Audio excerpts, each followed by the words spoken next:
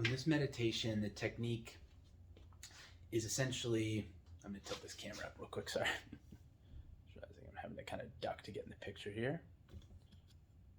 Okay, so in this technique, essentially what we're doing is we're using our imagination to generate a scenario where we're going to feel a certain degree of fear, uncertainty, maybe even attack or hostility. Excuse me. And what we want to do is we want to practice a certain equanimity and compassion.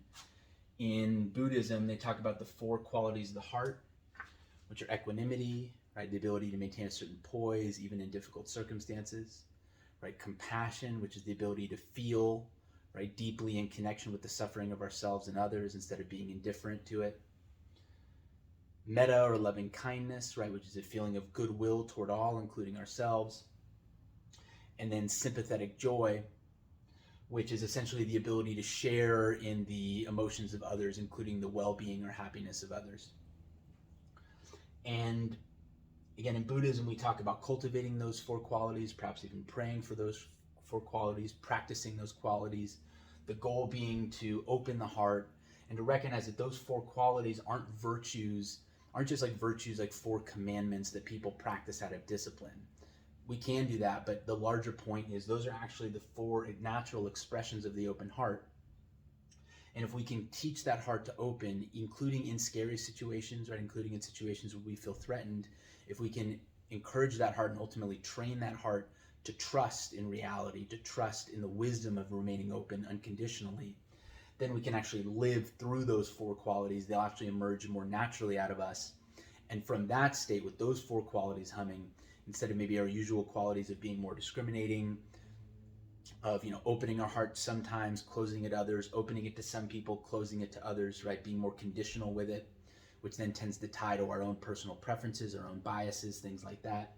If our openness is more unconditional and our virtue is more natural, that's where we can really thrive, and we can be in a state where we're not having to be so careful about our choices, not having to be so worrisome and uptight. I know I get this way, worrying about messing up, worrying about offending people, things like that. I think that's because I'm living out of a heart that's opening and closing, and I'm afraid that if I act out of the closed heart without appreciating it, that's when my blades are going to come out, and I may even inadvertently hurt someone because I don't realize the kind of hurt or confused position I'm acting from.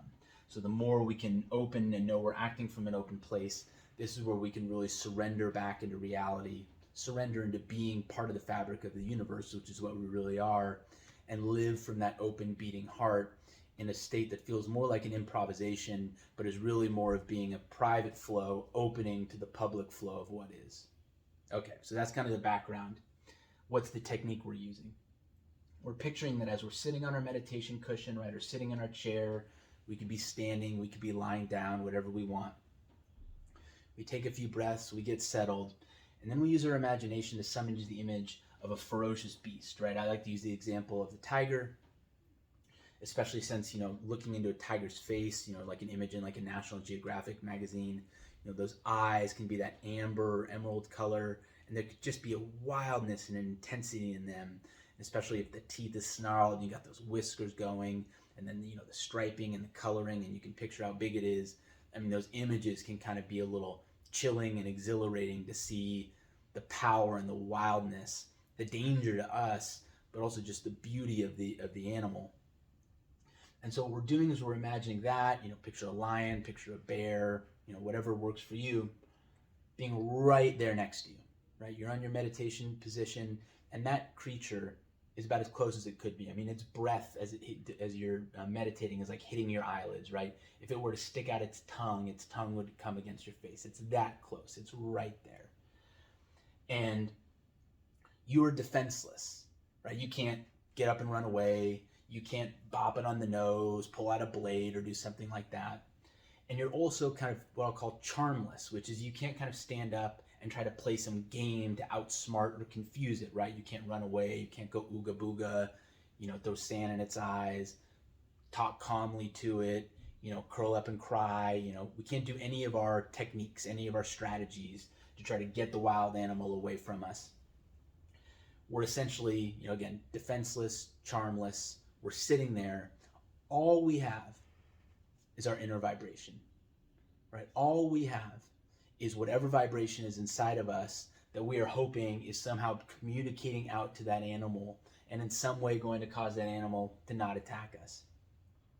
And so kind of the prompt or the challenge is, if this scenario were real, right? If you actually found yourself in this scenario and you were, say paralyzed through a chemical agent or something like that, so you couldn't move, right? And again, you couldn't even move enough to talk or to say anything. You're literally in your body, right, in a meditative pose. All you have is your inner energy. What inner energy or vibe would you want to cultivate? Would you want to emanate in that moment with that tiger breathing you square in the face, right? What would you want to do? And it's deliberately open-ended, right? There's no really right answer to this, obviously. It's an imagined scenario. The point is really to kind of get back to, I think, this.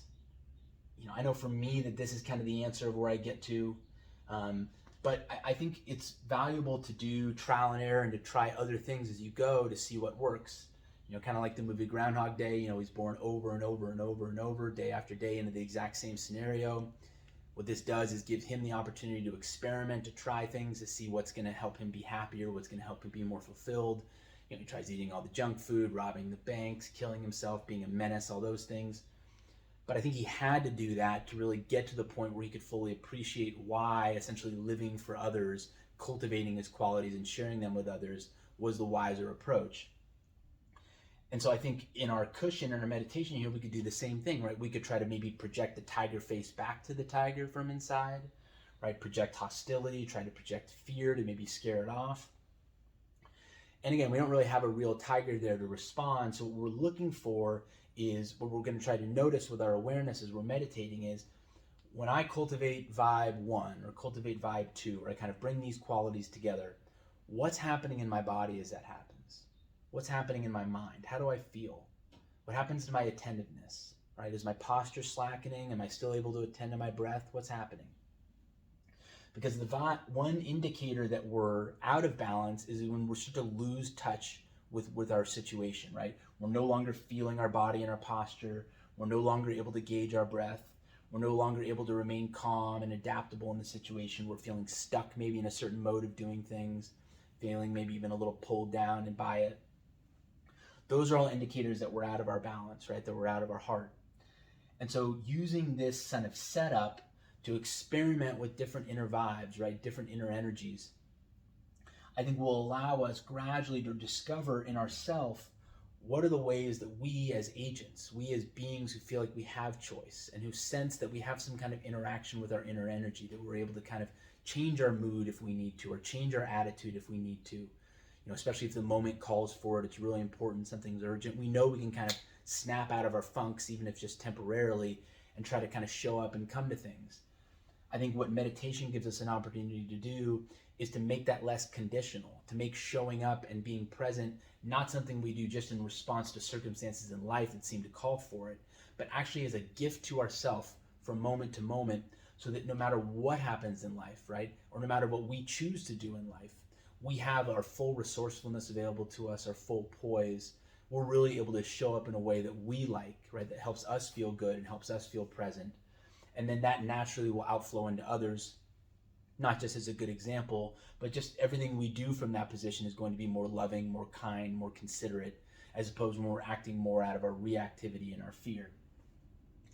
And so use this setup to kind of get in touch with your inner controls, right, your inner joysticks, your inner buttons.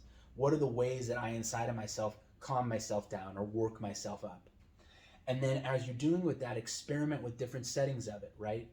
Tinker, overhaul, right? Throw it all out, start anew.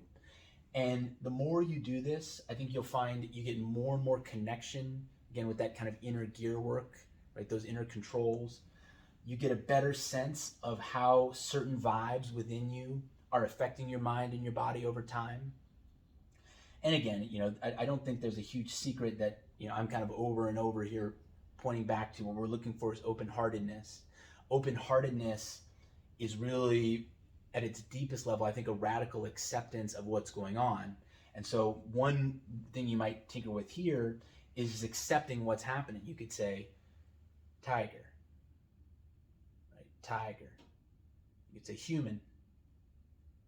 human, tiger, human, tiger, human. Even just like a situational awareness statement, a statement of truth, a statement of recognition that isn't saying tiger bad or human good, tiger danger, keep human safe, right? Notice how that's kind of instructional. That's saying something needs to change about the current situation. That's going to introduce negativity into things, perhaps an insistence or resistance. Probably not going to help the vibe here. The tiger, being an instinctive creature, may see that as a sign that this is a prey animal or an animal that's about to attack. And so what we're looking for, right? And then you could try the positivity thing, but I think you'll find that that's a little tricky too. This is good. I'm happy about this. I couldn't imagine anything better. Let the tiger eat me. Let the tiger bite me, right? Maybe in like a radical yogi, someone who's done deep acceptance can say that honestly. I think if we're saying it though, we're really saying it, but meaning this. We're saying, oh, this is good, in the hope that it'll change and stop. So there's kind of a dishonesty to it. And I think what we'll find is the truth is more like this, right? In the open heart, which accepts those negative reactions as they arise, accepts the positive reactions as they arise, and really is trying to do is to keep them in a flow, keep them in a dance with each other, not tipping too much toward one or the other. And the open heart is able to handle this. This is something our brains can't really do, but our hearts can, right? Is maintain this poise. Positive stuff comes up, negative stuff comes up, fear surges, love surges. We don't jump, right, ship into one or the other and see this as a purely good situation or a purely bad situation. We recognize the situation for what it is, and then we ask the key question, which is, in this situation, what do I have control over, right? That's the prayer of serenity. Grant me the serenity to accept the things I cannot change, the courage to change the things I can, and the wisdom to know the difference. You kind of get a moment like that here, especially when you're paralyzed and unable to respond, of, okay, what can I change in this moment, right? What can I do to keep my mind and body safe in this threatening environment? And I think in a deep practice, right, deep from the heart, what we do is we'd say, look, I can't change whether this tiger attacks me. I can't change whether, even if I, am the Buddha himself, right, and sitting here cultivating nothing but unconditional love, this tiger may be hungry and decide to go ahead and take a bite out of me anyway, right? So the tiger's action is actually not within my control. That's not really my business, so to speak. My business is what can I control is the attitude I have within me, right? And that may be the control, maybe I just surrender entirely and I just keep surrendering and I say, I don't want to adopt an attitude. I want to just adopt an attitude of surrendering, adopting my attitude. I think that's actually a deep practice. That is maybe a way to get back here as well. Whatever it is, what we're going to accept here and begin to appreciate is where we do and don't have control. And then going into those areas where we do feel we have control, or if we don't like that word control, we could say maybe choice, discretion, influence, right? And then try to exercise that influence in a way that serves us, right? That keeps our mind and our body engaged and present, right? That keeps us calm, that keeps us in balance. And we're not denying the situation. We're not putting our fingers in our ears, going la, la, la, la, la, there's no tiger there. We're also not fixating on the situation, saying, oh my God, the tiger, the teeth, all those things. Because again, we can't control what the tiger does. We can only control the vibe that we're putting out.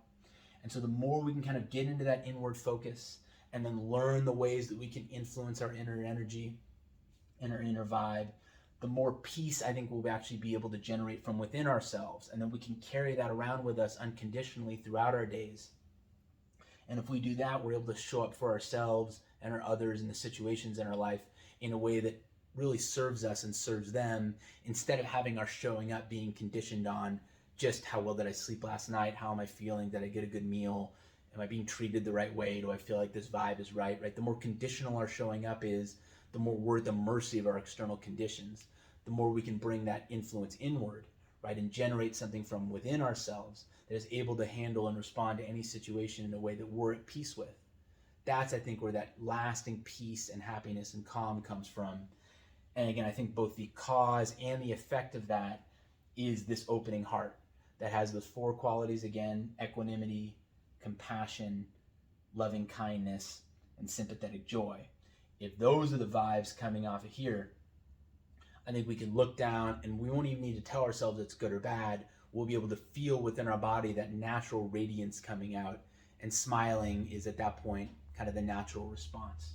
So I hope you enjoy this technique and that you get as much out of it as I have.